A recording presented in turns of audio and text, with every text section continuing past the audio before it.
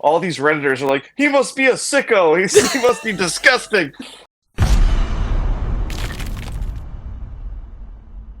Welcome back to the West Coast Davengers. I'm your host, Dave.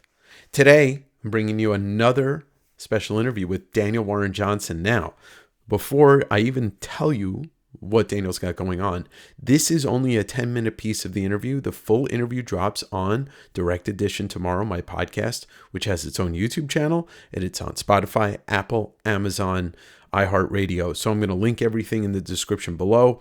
You're going to see some logos and stuff on the screen. It's going to be all fancy and stuff. But Daniel is currently talking about his Kickstarter that he's got going on, which as the time of this, I think there's about a week left. So it's The Art of Daniel Warren Johnson from Flesk Publications. He's teamed up with art book producer John Flesk to bring an amazing look at his career so far, all the way going back to his college project days. So, like I said, you're going to get about 10 minutes of the interview right here, talking mainly about the Kickstarter. The overall interview is about 55 minutes or so.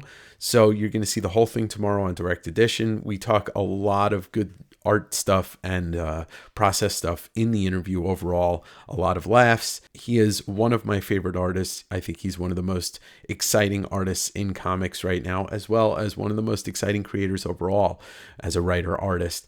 I've called him the savior of comics. I've called him the most gracious man in comics.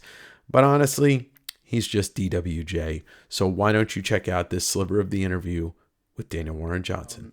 You've got a Kickstarter going on right now for this book that I know you're super excited about with John Flesk, Flesk Publications, called The Art of Daniel Warren Johnson.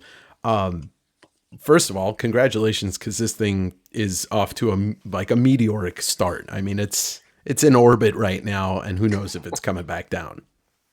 Thank you. Yeah, I am super excited about it, and I am blown away by the support. Of course, I'm just completely floored, or spaced, as you mentioned, in the stratosphere.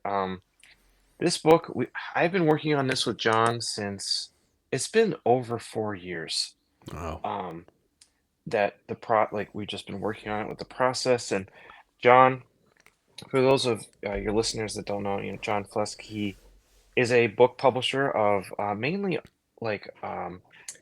art books or art Mm-hmm. of books. But yeah, but I've been working on this book with John for like 4 years now. And for those of your listeners that don't know, Mm-hmm. John Flesk, he does art of books, but mostly he does art of books of more painterly or like fantasy art kind of things. Right, like Bernie Um, Wrightson. Yep, and when he does work with, when he has done art books of comic artists, they've usually been more in the the classic realm, more old school. Um, and so, for him to work with me, it was a really big honor because as far as I know this, he told me this himself. He's like, I only work with artists that I'm a fan of their work. Mm-hmm. And he saw my work through Felix Comic Art, who handed off some comics to John, and we met in 2021 in California, and we got to talking, and we really hit it off. And he said he wanted to do a book, and that was huge. Um, but yeah, that was like 4 years ago, and since then, John very intentionally works specifically on only a handful of books at a time. Right. He does not jump around much. So part of that was me kind of getting put in a schedule where John felt like he could really give my book like the time it deserved, and also like we were just going back and forth on Zoom all the time, picking pieces, figuring out how we wanted the book to look, and kind of picking each other's brains as to like how we wanted the process to go. And Mm-hmm. one thing that's cool about John is he's really involved in the design of the book. I did almost no design elements whatsoever.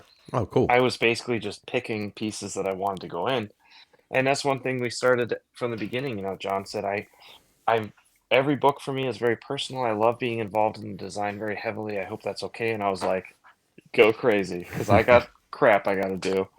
Um, and I had seen his work before, and it's all been blowaway. So Yeah.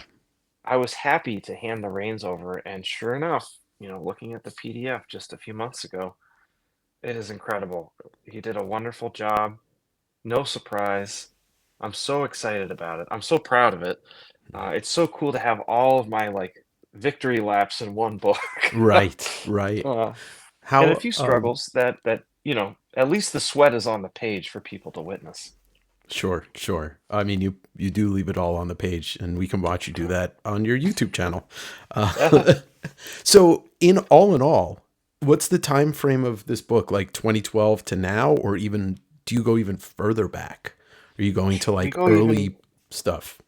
Yeah, we go even further back.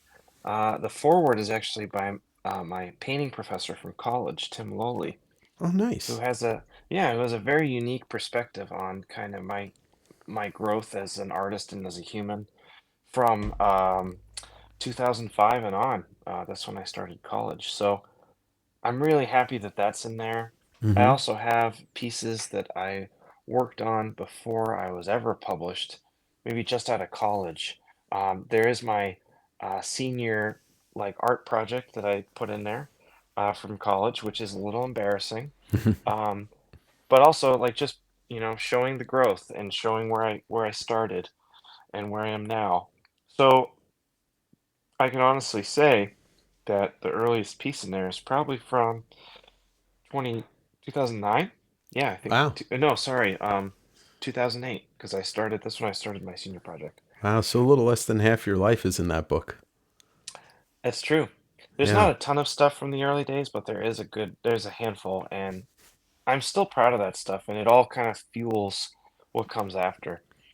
But we've kind of divvied it up into like a section for illustration, like album covers and things I Mm-hmm. did in college, commissions, which of course, I don't need to say any more about that. I've done a ton of those. Yeah. Um, Highlighting like all of my comic projects and pieces and like work in progress parts of my comic work. Because since I was working on this book with John while I was doing so many titles, I was in the middle of Do a Power Bomb when we did a Do a Power Bomb 4-page breakdown of like Mm. thumbnails, pencils, and inks, which are all included in the book from Oh, sweet. issue 4, I believe, which is super fun. Um, and I remember him talking to me, calling me, and be like, "Can you please scan the pencils before you ink them at this DPI and with these settings, and scan the inks here in this way." And so every little thing is blocked out in the book from that section of Do a Power Bomb, which Wow. is really cool. So we're getting process stuff for the process nerds. We're Yeah. getting historical pieces from your past for those of us that enjoy seeing the evolution of the art. And we're getting never before seen stuff, like one thing that you show off on your YouTube channel that's very personal to you is your sketchbooks and your Yes. travel. You just recently were in Japan and you did some more Mhm. sketchbooks. So we're getting to see some of that too, which I mean, that's A the whole real sketchbook insight into section. you. Yep. Yeah. Yeah. I don't really show my sketchbooks. Sometimes on my YouTube Hmm. channel, I'll have like a really early days sketchbook tour when I have time to break them down. And those are from like 2005, 2006. But yeah, I don't really show a ton of my sketchbooks, and when I do show them now, it's kind of the cool pieces or the sexy parts of my Yeah. sketchbook, which that's maybe 10% of each sketchbook is like a fully nice, sketched out, inked, and watercolored piece.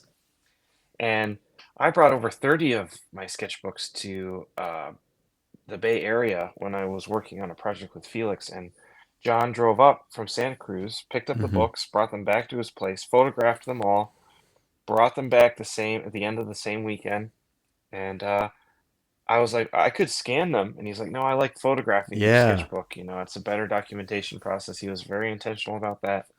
And so there are a ton of sketchbook pieces that kind of build up and are in addition to the comic book section and the illustration section. Sometimes like a comic spread here and then like a little uh, sketch of that same thing or me workshopping that in my sketchbook that he took from the sketchbook section and put it right next to the comic page. Very intentional, very well laid out, super exciting. I can only imagine, like, if I was a fan of me, I'd be like, "This is so cool." Well, I mean, look, it's something that I've learned from doing what I do is like if you're making something that you truly would enjoy watching or reading or whatever it is, then I completely understand that sentiment. 100%. Like, you have to be your biggest fan. You do. You have to be your biggest critic too. Yes. And you know, I just it's just really it's cool to feel so good about something. Yeah. Um, and to have a partner that feels as passionately about the work as I do, and to kind of build me up in that way, it's a great feeling. And it's also cool. Like John does amazing work, and he only does it for things he believes in. So to Yeah. have that, it's just a nice boost.